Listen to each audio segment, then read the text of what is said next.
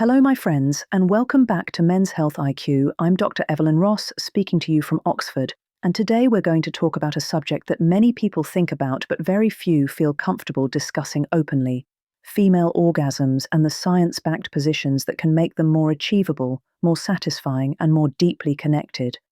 Sexual health, intimacy, pleasure, performance, female orgasm duration, sexual stamina, and evidence-based sex positions. These aren't just buzzwords, they're fundamental parts of wellness that deserve the same respect we give to heart health, exercise, or nutrition. This conversation is going to be honest, clear, and supportive, and I encourage you to listen all the way through to the very end because some of the most powerful, life-changing insights are waiting for you there. And as you listen, I'd love to hear your thoughts in the comments. What's something you've always wondered about orgasms or intimacy but felt too shy to ask? You might be surprised how many others share your same questions. Now let's begin with a truth that rarely makes it into mainstream conversations. For women, orgasm is not just about biology. It is about the interplay of nerves, blood flow, hormones, emotional connection, cultural context, and mental state. Studies show that only about 25 to 30% of women reliably achieve orgasm through penetration alone, yet society often frames sex as though that's the gold standard. That mismatch creates enormous pressure, confusion, and even guilt for couples who feel like something is wrong when in fact nothing is wrong at all. It's simply human physiology. In fact, research from Rutgers University using functional MRI scans demonstrates that clitoral stimulation, not penetration, activates the brain regions responsible for orgasm in the vast majority of women. So if you've ever felt like you or your partner were somehow falling short, I want you to know right now, you are not broken and you are not alone. Comment below if this already reshapes how you've been thinking about intimacy in your own life. Historically, female orgasm has been surrounded by mystery and even denial. In the Victorian era, physicians described female desire as pathological, and in some cases, women were treated with what they called hysteria therapy, a clinical euphemism for manual stimulation in a doctor's office. Contrast that with ancient cultures such as the Taoists of China or the texts of the Kama Sutra, which viewed female orgasm as a sacred force, a vital energy that nourished not only women but their partners as well. Over centuries, the pendulum has swung between reverence and repression, and even today we see the remnants of those narratives in the silence around female pleasure. Think about that.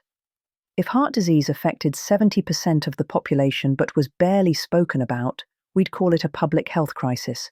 Yet that is exactly what we've done with female sexual health.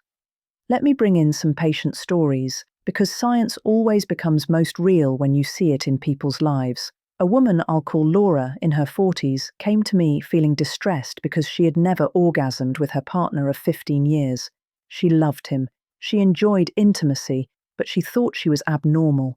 Together, we discussed research showing that women need about 20 minutes of arousal on average before climax, compared to just a few minutes for men. We worked with her partner on incorporating oral sex and clitoral stimulation into their intimacy, and within weeks she experienced her first orgasm with him. The change wasn't just physical, it deepened their relationship and erased years of quiet insecurity. Another patient, Fatima, grew up in a conservative culture where pleasure was taboo. She told me that even when her body responded, her mind felt guilt. Through therapy and gradual exploration, she learned to embrace pleasure as natural, not shameful, and she described feeling as though she finally stepped into her own skin. I want you to think about those stories and maybe reflect on your own. Drop a comment below if you've ever felt that cultural expectations around sex shaped how you experienced intimacy. So, what about positions? Research actually gives us clarity here. A study published in the Journal of Sexual Medicine found that positions where clitoral stimulation is more direct, such as woman on top or variations of missionary with the pelvis tilted, were significantly more likely to produce orgasm. Another large survey confirmed that when women could control depth and angle, their chances of climax nearly doubled. This isn't about acrobatics, it's about alignment. The clitoris has over 8,000 nerve endings, and its internal structure extends around the vaginal canal. Positions that press or glide against this network enhance sensation. For example, the coital alignment technique, essentially a modified missionary where the man shifts upward so his pubic bone rubs against the clitoris, has been shown to increase orgasm rates substantially.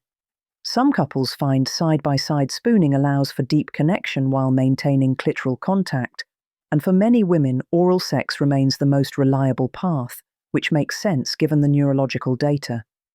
Now, I want to pause and bring in something that directly supports the bigger picture of vitality, because orgasm, sexual stamina, and intimacy are not just about the bedroom. They're reflections of circulation, hormonal balance, energy, and cellular renewal throughout your body. And that brings me to something I'm truly excited to share. STEM Active. You've probably heard me mention it in previous episodes, but it bears repeating because it connects so powerfully to what we're talking about today. The problem is that as we get older, our natural repair processes slow down. Circulating stem cells, the master cells that help renew tissues, including those vital for sexual health, begin to decline. That's one reason energy fades, recovery takes longer, and yes, even erections or orgasmic intensity can diminish. STEM Active is a premium supplement designed to help support your body's natural renewal.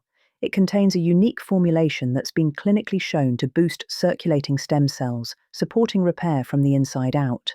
It's made in the USA, produced under the highest quality standards, and comes in easy daily capsules or packets. Thousands of men and women have reported feeling revitalized, more energetic, and more alive. And what I love most is that it comes with a money-back guarantee, so there's absolutely no risk to give it a try. If you're watching this, you'll see a QR code on the screen. Scan it, or click the link in the description, and see for yourself how supporting your body at the cellular level can transform the way you feel. All right, let's return to our exploration. Where were we? Ah, yes, the positions and the myths that surround them. One persistent myth is that orgasms should look like they do in pornography: loud, extended, explosive. In truth, research from the Kinsey Institute shows that women experience orgasms in diverse ways, some subtle, some dramatic, and all valid. Another myth is that once a woman reaches a certain age, orgasms decline inevitably.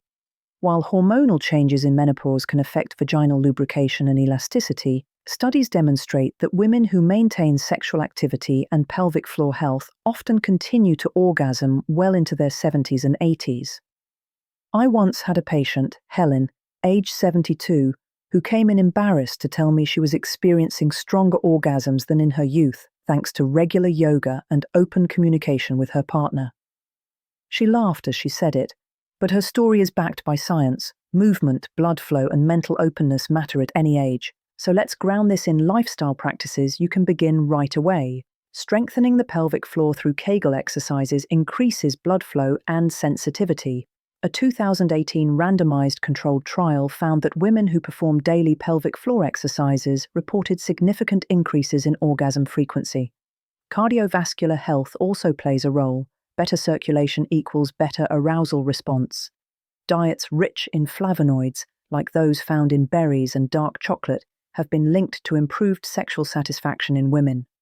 Sleep matters too. 7 to 9 hours boosts testosterone and estrogen balance, which directly affect libido.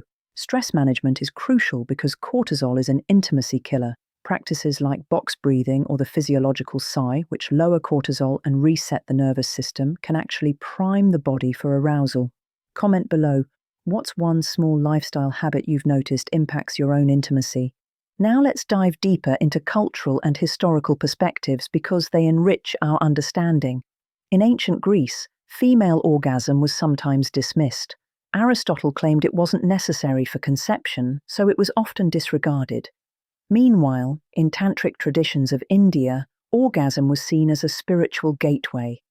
In medieval Europe, religious doctrines painted female pleasure as sinful, while in the sexual revolution of the 1960s, women's liberation movements reframed orgasm as a symbol of equality and empowerment.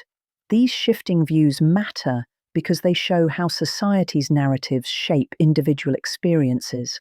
A woman who grows up believing her pleasure is secondary may unconsciously carry that belief into adulthood. But when we challenge those scripts, couples can rewrite their intimacy in ways that are liberating and healing. Patient anecdotes bring this home again. Maria, age 30, felt she could only orgasm alone, never with her partner. Together, they experimented with positions that allowed her clitoris to be stimulated while maintaining eye contact, and within months she felt fully connected during sex. Another patient, Rebecca, in her late 50s, felt that menopause had closed the door on intimacy. With pelvic floor therapy, lubricants, and adjusted positions, she found herself experiencing multiple orgasms for the first time. These stories remind us, intimacy is not static. It evolves with knowledge, care, and communication.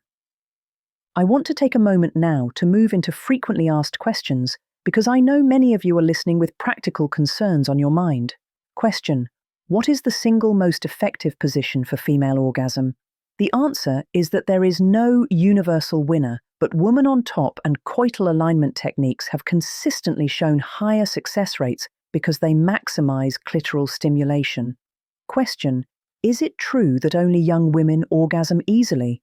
No, orgasm potential does not vanish with age, though hormonal shifts can change the experience. With adaptations, women can continue to enjoy strong orgasms throughout life. Question: does alcohol really make sex better? While a drink may lower inhibitions, research shows that alcohol actually dulls genital sensitivity and can hinder orgasm. Question: is it normal for women to fake orgasms? Unfortunately, yes. Surveys suggest around 60% of women have at some point, often to protect a partner's feelings. But with honest communication, this can be transformed. Question: can exercises like yoga really improve orgasm? Yes, yoga enhances body awareness, flexibility, and circulation, all of which contribute to sexual function. A 2010 study showed women practicing yoga reported higher satisfaction and frequency of orgasms. Question: does frequent masturbation affect orgasm with a partner? It depends. If habits involve very specific stimulation, it can make partner orgasm more difficult, but adjusting techniques usually resolves this. Question: are multiple orgasms real? Absolutely. Many women experience them, especially when clitoral and vaginal stimulation are combined. Question: does childbirth permanently reduce orgasm? While recovery may take time, with pelvic floor strengthening and communication, many women return to or even surpass previous levels of pleasure. Friends, if you've stayed with me this long, thank you. This conversation matters. Female orgasm is not just about pleasure, it's about health, intimacy, and empowerment. It is about reclaiming what centuries of silence tried to erase. It's about building connections that are rooted in honesty rather than performance myths. And it's about giving yourself or your partner permission to prioritize joy. If this episode spoke to you, please take a moment to subscribe to Men's Health IQ, share it with your friends and family, and leave a comment below with your own reflections. Together, we are building a community where conversations about health and intimacy are no longer taboo but celebrated as essential parts of life. You are worthy of pleasure, worthy of connection, and worthy of knowledge. Until next time, take care of yourselves and know that you are never alone on this journey.